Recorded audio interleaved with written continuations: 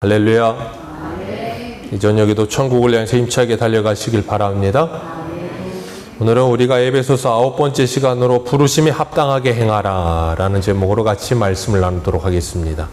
부르심에 합당하게 행하라. 에베소서는 우리가 이제 조금 있으면 6장까지 가게 될 텐데 이 4장이 전반부와 후반부로 나누는 기점이 됩니다. 그래서 앞에 1장, 2장, 3장은 교리편이고 이제 4장부터 5장, 6장은 실천편이에요.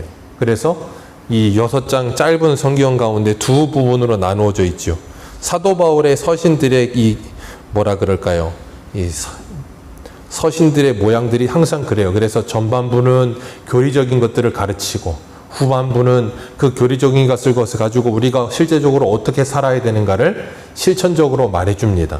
그래서 창세기 에베소서 1장에서부터 이야기한 게 뭐였냐면 우리의 구원이 무엇이냐 하는 것에 대해서 이야기했어요. 그죠?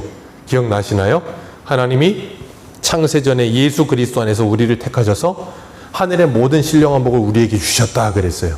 그래서 우리를 거룩하게 하시고 흠이 없게 하시려고 하나님이 예수 그리스도 안에서 우리를 불러주셨다. 그렇게 말씀하셨고, 그리고 우리에게 성령을 보내주셔서 하나님의 자녀됨을 인치시고 우리가 하나님의 자녀됨을 감사하게 하셨고, 사도 바울은 그 다음에 한 일이 뭐였냐면 에베소 교회를 향해서 기도했어요.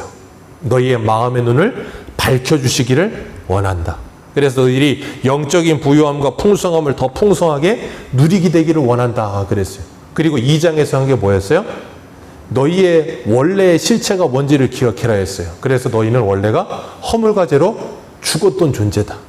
허물과 죄로 죽었던 너희를 예수 그리스도로 말미암아 하나님이 구원하셨고, 그 구원받는 믿음은 오로지 하나님의 은혜의 선물이었다.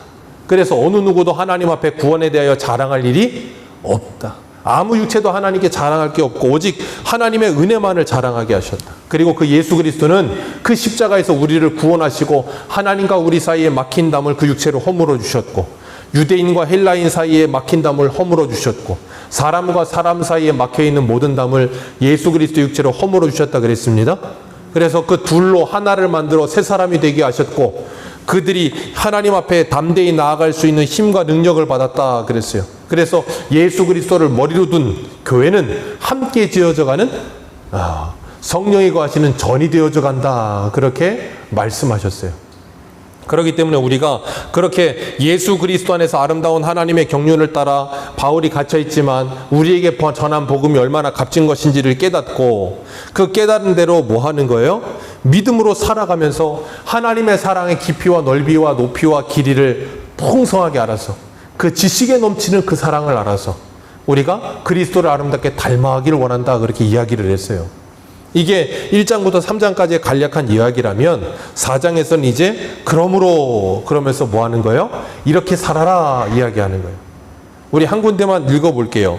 로마서 12장 한번 보시겠어요? 로마서 12장.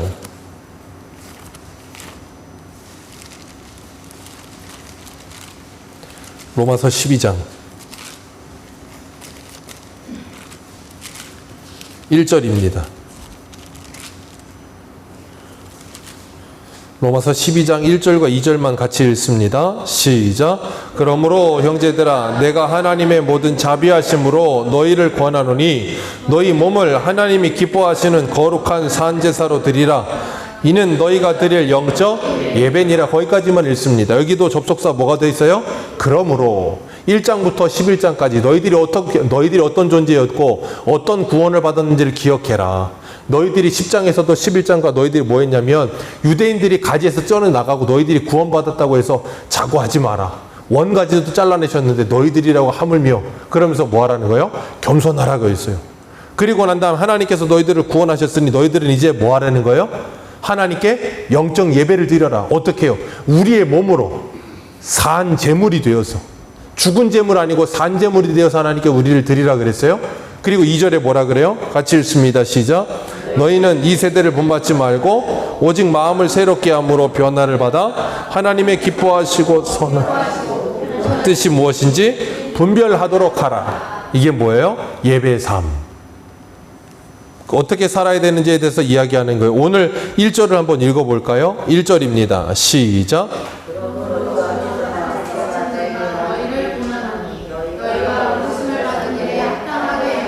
아멘.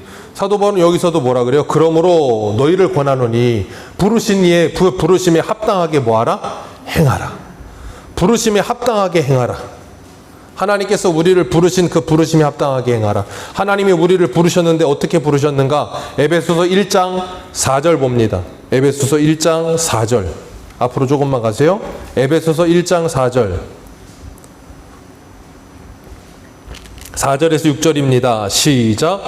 곧 창세전에 그리스도 안에서 우리를 택하사 우리로 사랑 안에서 그 앞에 거룩하고 흠이 없게 하시려고 그 기쁘신 뜻대로 우리를 예정하사 예수 그리스도로 말미암아 자기 아들들이 되게 하셨으니 이는 그가 사랑하시는 자 안에서 우리에게 거저 주시는 바 그 은혜의 찬송 영광을 찬송하게 하려는 것이라. 아멘. 하나님께서 우리를 거룩하고 흠이 없게 하시려고 우리를 예정하사 예수 그리스도 안에 우리를 아들 되게 하셨어요. 그걸 뭐 하려고요? 그가 사랑하시는 자 안에서 우리에게 거저 주시는 바 그 은혜의 영광을 찬송하게 하려고. 하나님이 우리를 구원하신 목적이 바로 이것이다라고 말씀하시는 거예요. 그러니까 우리를 부르신 이에 합당하게 행하는 게 뭐예요? 하나님을 찬송하는 삶을 사는 거예요. 하나님을 예배하는 삶을 살고 하나님을 찬송하는 삶을 사는 일이 우리를 부르신 이에 합당하게 살아가는 거예요. 그래서 사도 베드로는 베드로전서 2장 9절에 이렇게 말을 하죠. 너희는 택하신 족속이요 왕같은 제사장들이요 거룩한 나라요 그의 소유가 된 백성이니 이는 너희를 어두운 데서 불러내어 그의 기이한 빛에 들어가게 하신 이의 아름다운 덕을 선포하게 하려 하십니다. 그 선포하게 하려 하심이라가 뭐예요? 찬송하게 하려 하심이라요. 그걸 다른 말로 표현하면 사도행전 1장 8절에는 뭐라 그랬어요? 땅끝까지 이르러 증인이 되게 하려 하심이라 그랬어요. 그 말씀들이 다 뭐 하는 거예요? 같은 말씀을 하고 있는 거예요. 말씀에 증인된 삶을 살면서 그 아름다운 덕을 선포하며 하나님이 나를 구원하신 그 구원을 찬송하는 삶을 사는 것. 그게 우리를 부르신 이에 합당하게 사는 거예요. 그래서 이사야는 이사야서 43장 21절에 이렇게 말합니다. 이 백성은 내가 나를 위하여 지었나니 나의 찬송을 부르게 하려 하심이라. 기억하십시오. 찬송은 성도의 마땅한 의무요 사명입니다. 여러분의 삶 속에서 찬송이 끊어지지 않게 하시기를 축복합니다. 찬송을 부르세요. 찬송을 부르세요. 놀라운 일이 생깁니다. 찬송을 부르세요. 하도 오래된 찬송이죠. 너무 오래돼서 구태의연하죠. 근데 참 신기하게도 찬송을 부르면 정말 신비한 능력이 나타나요. 그건 우리가 하나님이 우리에게 주신 이 노래와 음악이라고 하는 것에 대한 어떤 신비함이 있는 거예요. 그래서 심리학에서도 음악 치료라는 거 하잖아요. 그리고 이 노동요를 부릅니다. 옛날에는 농경사회에서 모내기 할 때 모내기 하면서 노래를 부르는 게 있었어요. 어부들은 금을 끌어올릴 때 부르는 노래가 있었어요. 왜요? 힘드니까. 힘드니까 부른 거예요. 흥이 나서 부른 거 아니에요. 힘드니까 부르는데 노래를 부르면 흥이 나고 힘이 생겨요. 하나님이 우리들에게 일반 이치 속에서도 그런 걸 깨닫게 하시는 거예요. 그러면서 뭐 하게 하시냐면 하나님을 찬송하게 하시면서 뭐 하게 하시냐면 그 곡조 있는 기도를 통해서 그 가사를 통해서 우리로 하여금 우리를 구원하신 그 구원의 감격이 회복되게 하시고 우리에게 힘을 주시기 위해서 하나님 찬송하게 하시는 거예요. 기억하십시오. 우리가 하나님께 찬송을 통해 영광을 돌리잖아요. 영광을 돌리는 그 행위 가운데 내가 힘을 얻는다니까요. 그러니까 우리가 잊지 말 건 내가 하나님께 힘을 위한 게 목적은 아니에요. 그런데 하나님의 영광을 위해서 열심히 내가 찬송을 하면 내가 힘을 얻어요. 하나님께 감사해서 나를 구원하신 하나님께 감사함으로 예배의 삶을 살면 그 예배의 삶을 통해 내가 힘을 얻는다고요. 우리가 목구멍이 포도청이라고 말하지만 우리 직장 생활하는 거 돈 버는 게 목적이 아니에요. 기독교인은 하나님의 영광을 위해서 최선을 다해서 일하는 겁니다. 최선을 다해서 직장 생활에서 성실하게 정직하게 열심히 일하면 월급이 오르는 건 자동적인 거예요. 무슨 말인지 이해하시죠? 그 우선순위가 바뀔 수는 없어요. 그러나 올바르게 우리가 하나님의 영광을 위해 살기만 하면 그 다음에 부수적으로 우리에게 돌아오는 것들은 분명히 있다는 거예요. 그래서 이 땅에 존재하는 모든 나라들을 보십시오. 기독교가 들어간 나라마다 부강하지 않은 나라가 어디 있는가? 기독교가 들어간 나라 중에 가난한 나라는 한 군데도 없었어요. 그런데 문제는 들어가서 부강해지니까 얘들이 또 딴짓을 해서 망하지만 어찌됐든 하나님을 진실로 예배할 때 하나님이 복을 주세요. 이 땅에 복도 주시는 거예요. 그렇기 때문에 찬송하기를 쉬지 마시길 축복합니다. 찬송하셔야 돼요. 그것이 하나님이 우리를 부르신 이유라 그랬어요. 그래서 출애굽기도 보십시오. 이스라엘 백성들이 하나님이 출애굽시켜서 홍해를 건너자마자 한 일이 뭐였어요? 15장 가서 14장에서 홍해 건너고 15장에서 쏘고치고 북치면서 찬송했잖아요. 왜? 바로와 그 군대를 다 수장시켜버리신 하나님을 기쁨으로 찬송하잖아요. 그렇기 때문에 계시록에도 말씀하는 것처럼 구원받은 자만이 이 찬송을 배우는 거예요. 새 노래를 배우는 거예요. 그래서 우리가 이 땅을 살아가면서 하나님을 찬송하고 영화롭게 하는 삶을 사는 게 우리의 사명이요, 우리를 부르신 이에 일에 합당하게 살아가는 것임을 꼭 기억할 수 있어야 돼요. 그걸 뭐라고 부르냐면 성도답다 그러는 거예요. 이 답다라는 단어가 접미사인가요? 끝이니까 접미사죠. 네, 접사인데 접미사예요. 이 답다라는 말이 붙는 게 참 부담스러워요. 접미사 이 답다라는 단어가 아무것도 아닌 단어 같지만 그거 붙는 게 굉장히 부담스러운 단어예요. 어른답다, 성도답다, 목사답다, 부모답다. 그것만큼 부담스러운 말이 없어요. 교회 다니는데 야, 저 사람 참 성도답다. 쉬운 말 아니거든요. 야, 저 사람 진짜 목사답다. 야, 저 사람 진짜 뭐 장로답다. 저 사람 진짜 권사답다. 야, 저 사람 진짜 성도답다. 집사답다. 그 말을 들을 수 있으면 그것만큼 영광스러운 말은 없어요. 그죠? 그것만큼 영광스러운 말은 없어요. 우리가 정말 하나님의 자녀답게 오늘 1절에 말하는 것처럼 우리를 부르심을 받은 일에 합당하게 행하는 삶을 사는 것, 그것이 얼마나 복된지 몰라요. 그래서 그렇게 합당하게 행하기 위해 제일 첫 번째 필요한 게 4장 2절에 뭐라 그래요? 모든 겸손이라는 표현을 썼어요. 모든 겸손이 필요하다. 이 콘스탄티노플 대규조였던 이 크리스토톰이라는 사람이 있는데 그 사람 별명이 황금의 입이에요. 설교를 너무 잘해서. 수사학이 엄청나게 뛰어났고 그랬는데 그 사람이 이런 말을 했어요. 권세를 사랑하는 것만큼 교회를 분열시키는 것은 아무것도 없다. 권세를 사랑하는 것만큼 교회를 분열시키는 것은 아무것도 없다. 그 말은 뭐냐면, 쉽게 말하면 권세를 사랑한다는 것은 뭐 하지 못한 거예요? 겸손하지 못한 거. 야망과 그리고 이 높아지려고 하는 그런 이 출세욕과 그런 걸 가지고 있으니 당연히 겸손과는 거리가 멀겠죠. 그럼 뭐 하게 된다고요? 교회는 반드시 분열되어지게 돼 있다. 깨지게 돼 있다 그 말이에요. 예수 그리스도께서 육체로 하나님과 사람을 사이좋게 하셨고 사람과 사이를 사이좋게 하셨는데 그 원수된 걸 멸하여 주셨는데 사람들 스스로가 다시 담을 쌓고 있는 거예요. 그리고 높아지려고 하는 거예요. 그러니 어떻게 되겠어요? 하나 되질 못하죠. 어거스틴이라는 사람도 이런 말을 했어요. 성도의 덕목은 세 가지가 중요한데 첫 번째는 겸손이요, 둘째도 겸손이요, 셋째도 겸손이다. 성도의 가장 위대한 덕목은 첫 번째, 두 번째, 세 번째 모두 다 겸손이다. 왜 겸손일까요? 하나님을 알고 나를 알면 겸손해집니다. 우리 신명기 7장 7절을 한번 볼까요?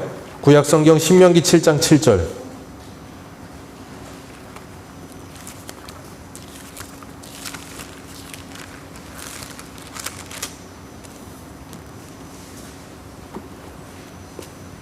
신명기 7장 7절입니다.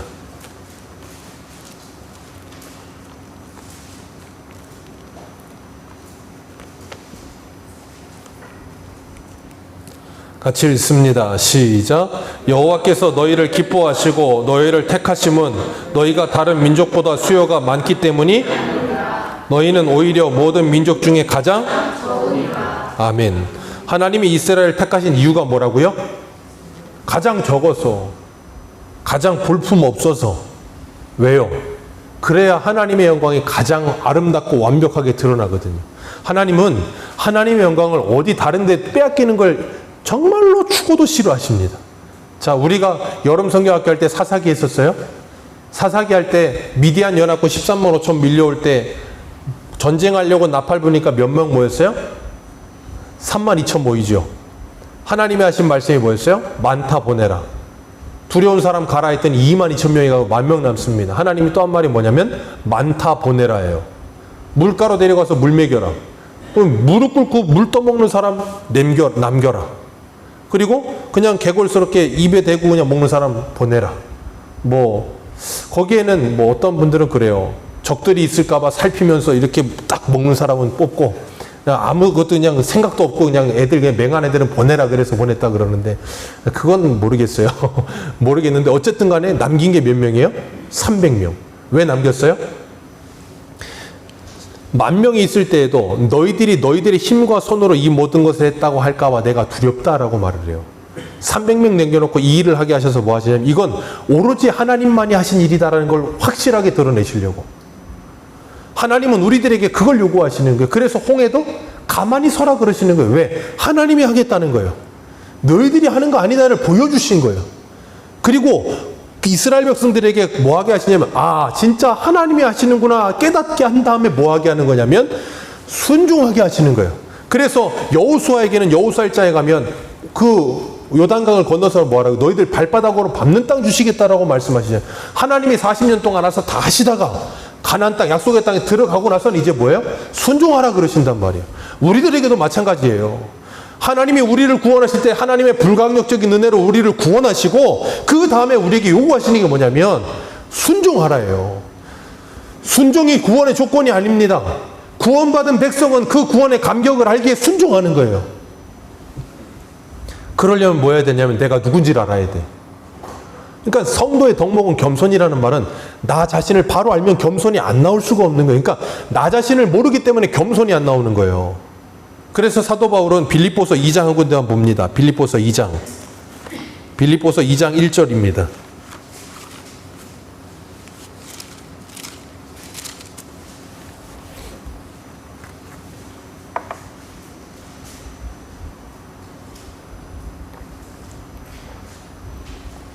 빌립보서 2장 1절부터 우리 교독해 내려갑니다. 11절까지입니다. 제가 1절 읽습니다. 그러므로 그리스도 안에 무슨 권면이나 사랑의 무슨 위로나 성령의 무슨 교제나 긍휼이나 자비가 있거든.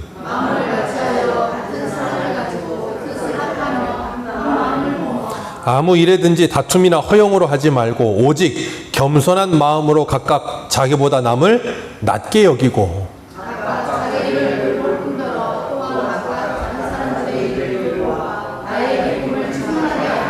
너희 안에 이 마음을 품으라. 곧 그리스도 예수의 마음이니. 그는 하나님을 붙이시나 하나님과 분분됨을 차이로서 여기지 아니하시고, 오히려 자기를 비워 종의 형체를 가지사 사람들과 같이 되셨고, 사람의 모양보다 하나사 자기를 낮추시고 죽기까지 복종하셨으니 곧 십자가에 죽으시리라. 이러므로 하나님이 그를 지극히 높여 모든 이름 위에 뛰어난 이름을 주사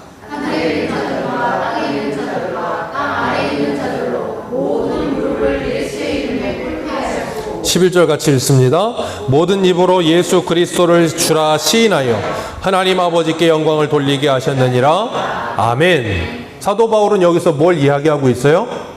그리스도 예수의 마음을, 너희들은 그리스도 예수의 마음을 품으라. 그리스도를 본받으라. 그 겸손한 마음, 각각 자기보다 남을 낮게 여기는 마음, 이게 한 글자 차이인데 참 전혀 다르죠. 나에다가 시옷을 붙이는, 나에다 지읒을 붙이느냐에 따라서 전혀 달라요. 나보다 낮게 여기느냐, 나보다 낮게 여기느냐. 근데 거의 대부분의 사람들은 다른 사람을 볼 때 나보다 낮게 봐요.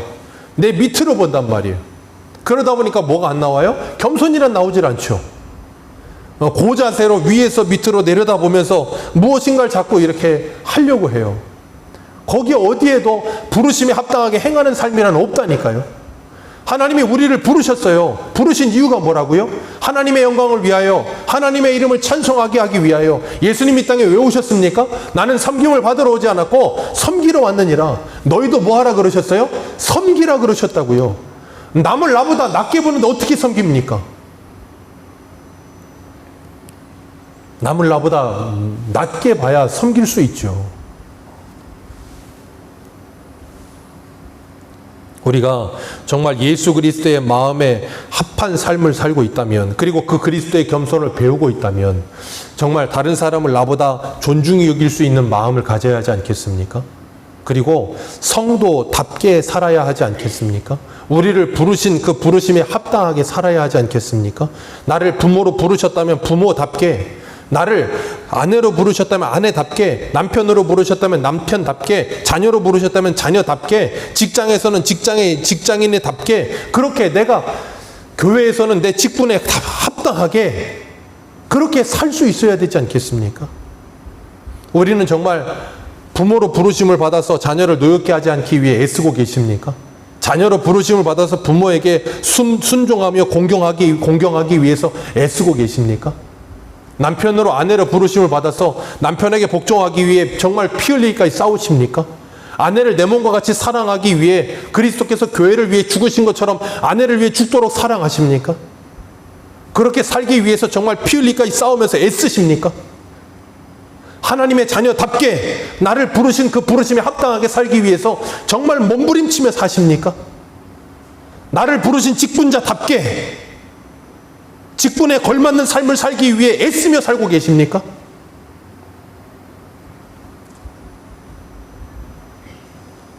우리를 부르심에 합당하게 행하라. 우리는 정말 그 부르심에 합당하게 살고 있는가? 주님은 우리에게 죄와 피 흘리기까지 싸우라 하시면서 우리를 부르신 이에 그 부르심에 합당하게 살아라라고 말씀하시는데, 얼마나 부르심에 합당하게 살기 위해 애쓰고 있을까? 얼마나 새롭게 되기 위해서 다짐하고 결단하며 실천하며 내 몸을 쳐서 복종케 하기 위해 훈련하며 살고 있을까? 기억하십시오. 사람은 사는 대로 생각하거나 아니면 생각하는 대로 살게 돼 있습니다. 그리스도인은 생각하는 대로 살아야지 사는 대로 생각하시면 안 돼요. 내가 그냥 사는 대로 사라지는 대로 생각하면 저 세상에 예수 없이 사는 자연인과 똑같이 생각하며 살아요. 그 수준에서밖에 못 살아요. 근데 내가 하나님의 말씀을 읽고 듣고 그 안에서 하나님을 알고 나를 알며 나를 부르신 이에 그 부르심에 합당하게 살기 위해 애쓰면 그대로 살겠다는 노력과 함께 결단과 함께 그런 마음과 생각을 가지고 살면 내 삶이 변하게 돼 있다니까요. 그래, 내가 이렇게 살아서는 안 되지 라고 신앙의 결단을 하고 노력하셔야 되는 거예요. 내 신앙의 연수에 걸맞게. 예전에 어떤 목사님은 그런 표현을 하셨어요. 신앙생활 한 만큼은 성경을 읽어라. 신앙생활을 10년 했으면 성경을 적어도 10독은 하고, 20년을 했으면 적어도 20독은 하고, 30년을 했으면 적어도 30독은 해라. 왜요? 그렇게 성경을 읽고 먹다 보면 아름다운 성령의 열매들이 맺혀지게 되어 있으니까. 여러분은 성도답게 살고 계십니까? 하나님의 자녀답게 살고 계십니까? 교회의 직분자답게 살고 계십니까? 그렇게 살기 위해서 애쓰고 계십니까? 우리가 그렇게 살기 위해서 애쓰지 않으면 우리는 절대 변하지 않습니다. 그래서 어떤 분들은 그래요. 내가 예수 믿고 수십 년을 살았는데 안 변해. 저는 그런 분들에게 질문 드리고 싶어요. 변하려고 얼마나 노력하셨습니까? 정말 피 흘리기까지 애쓰시며 노력하십니까? 가끔 TV 보면 연예인들이 나와요. 텔레비에 연예인들 나오는 거 보면 멋있게 생겼잖아요. 근데 멋있게 생긴 연예인들이 학창시절 사진 보잖아요. 야, 세상에 이런 일이. 비포 애프터가 너무 달라. 어떻게 이런 애가 이렇게 전혀 다른 애가 되어 있어. 근데 보면 어떤 줄 아세요? 그 아이들은 먹는 것부터 해서 모든 걸 다 바꿔요. 연예인 한번 해보겠다고 먹는 것도 조절합니다. 먹는 음식도 조절하고요. 그 애들이 좋아하는 치느님도 영접을 안 해요. 피자도 안 먹고 다 안 먹습니다. 왜? 연예인답게 살아보려고. 우리는 성도답게 살아보기 위해서 뭘 노력하십니까?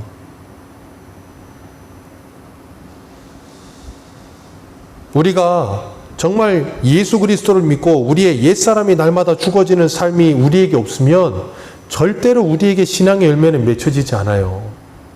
예수를 수십 년을 믿어도 자존심이 죽질 않고, 예수를 수십 년을 먹어도 내 자아가 죽지 않고, 내 고집스러움이 죽지 않고, 옛사람이 죽지 않고, 수십 년이 지나서 나이가 중년이 됐고 노년이 되었는데도 불구하고 20대 30대 때 그 생각을 가지고 여전히 살고 있으면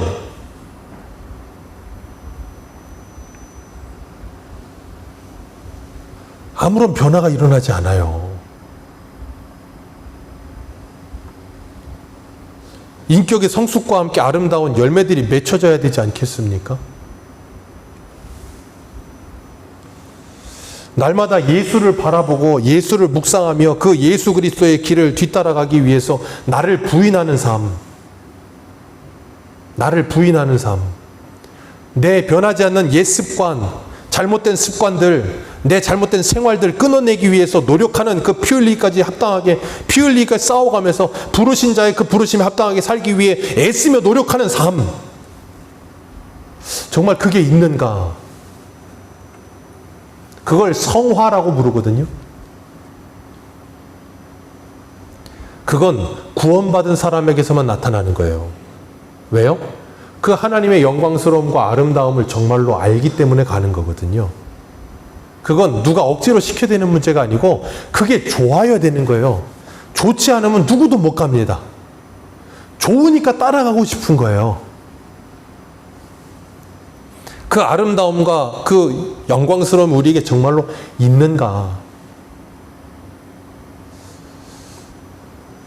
생각해 보세요. 나이가 한참이 먹었는데도 20대, 30대 아이들과 같은 혈기와 그런 자존심과 그런 자아를 가지고 살면서 젊은 사람들하고 싸움이나 하고 있고, 그럼 어떻게 되겠어요? 20대 때는 괜찮아요. 객기로 그러니까. 세상 모르고 아무것도 모르는 그냥 그런 객기로 그러니까, 아유, 그러려니 40대, 50대, 60대, 70대가 돼도 그러면 그건 객기가 아니고 노망입니다. 그것만큼 꼴불견은 없어요. 우리가 정말 예수를 믿고 정말 그리스도인다워지는 삶을 살기 위해서 그냥 가만히 앉아있으면 알아서 되는 것이라는 착각을 버리십시오. 하나님이 우리를 구원하시는, 홍해를 건너게 하시는 일은 하나님께서 가만히 서서 우리가 하나님 행하시는 일을 봐라 그랬어요. 근데 가나안 땅, 약속의 땅에 들어갈 때는 너희들의 발바닥으로 밟는 만큼 주겠다라고 말씀하셨다는 걸 기억하시길 바랍니다. 하나님의 말씀을 정말로 믿는다면, 하나님을 정말로 믿는다면 그 말씀에 순종해야 되는 거예요. 순종하려면 내 옛사람이 부인되지 않으면 순종이란 일도 나오지 않습니다.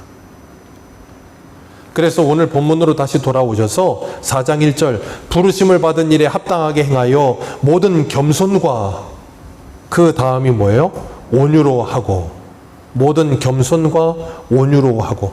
예수님께서 마태복음 11장에 이렇게 말씀하시죠. 29절, 나는 마음이 온유하고 겸손하니 나의 멍에를 메고 배우라. 그리하면 너희 마음이 쉼을 얻으리라. 아멘. 겸손하고 온유하신 주님을 배우라. 그러면 너희가 쉼을 얻으리라.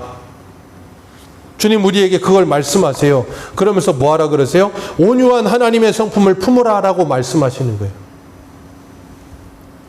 이게 잘 되지 않죠. 집에서 말 안 듣는 자녀들을 볼 때면 온유한 성품이 튀어나오기보다는 욱하며 혈기가 튀어나오기가 더 쉽고, 분노하기가 쉽고, 그 다음에 2절에 뭐라 그랬어요? 오래 참음으로 사랑 가운데서 서로 용납이 안 돼. 그런 분들 계시잖아요. 나는 용납이 안 돼. 그런 분들 계세요. 근데 주님은 우리에게 뭐라 그러세요? 서로 용납하라. 오래 참음으로 서로 용납하라. 근데 이게 참 안 돼요. 저도 안 돼요. 안 됩니다. 뭐 이렇게 교회에서 일하거나 아니면 어디 밖에 나가서 무슨 일을 하다가 집에 오면, 심사모랑 무슨 일 하다 집에 와서 애들끼리 만약에 있다가 딱 가면 애들이 배가 고플 거 아닙니까? 내 놈이서 지들끼리 뭘 해먹어요. 뭘 해먹거나 뭘 꺼내 먹습니다. 근데 문제는 뭐냐면 거기까지는 좋은데 먹고 그대로 둬요. 그러니까 주방에서부터 거실에까지 모든 쓰레기와 모든 이 쫙 널브러져 있는 그걸 보면 정말 장관이에요. 집에 들어가자마자 문을 열면서 그 환경을 보면서 내놈은 테레비의 시선이 고정되어 있다가 고개를 돌려 나를 한번 보고 다시 테레비를 쳐다보는 그 모습을 보면 정말 여기서 용납이 아니라 용납이 안 돼. 도대체 너희들이 금수냐 사람이냐 그러면서 막 화를 내요. 막 제발 학교에서 배운 것만큼만 해라. 제가 맨날 화를 내면서 하는 말이 그거예요. 도대체 학교 가서 뭘 배우냐. 학교 가서 배웠으면 먹고 싱크대에다가 그릇은 갖다 놔야 사람이지 않냐. 먹고 어떻게 그대로 놔두냐. 학교 가면 식판 그대로 갖다 놓으면서 학교에선 배우고 왜 안 하느냐. 제가 항상 그 얘기로 화내거든요. 용납이 잘 안 돼요, 저는. 근데 주님은 우리에게 용납하라고 하세요. 왜요? 아직 덜 자라서 그래요. 잘하면 되겠죠. 잘하면 되겠죠. 자라는 과정 가운데 그냥 자라면 안 되고 계속 잔소리도 하고 혼도 내고 해서 교화시켜 가면서 자라야 되겠죠. 교화돼서 그 아이들이 출소하고 나면 사회에 나가서 갱생되어서 사람이 되어 살겠지만 그렇게 될 때까지는 갱생하기 위한 끊임없는 노력이 필요하죠.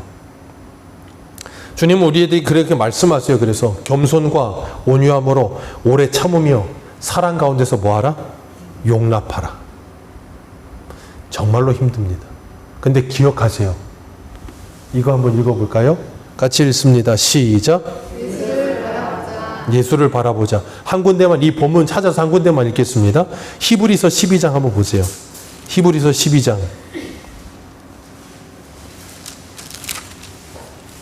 2절.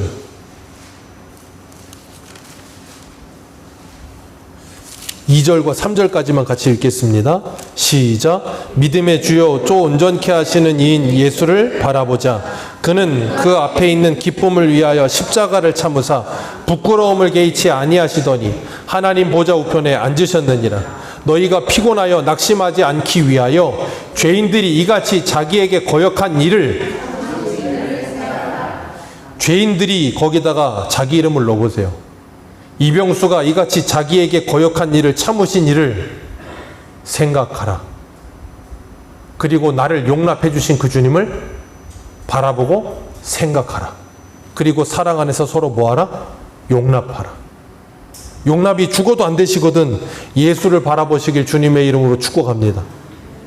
나 같은 말썽쟁이를 용납하신 그 주님을 바라보시길 축복합니다. 그리고 그 주님은 나도 용납해 주셨는데 나는 왜 용납이 되질 않을까?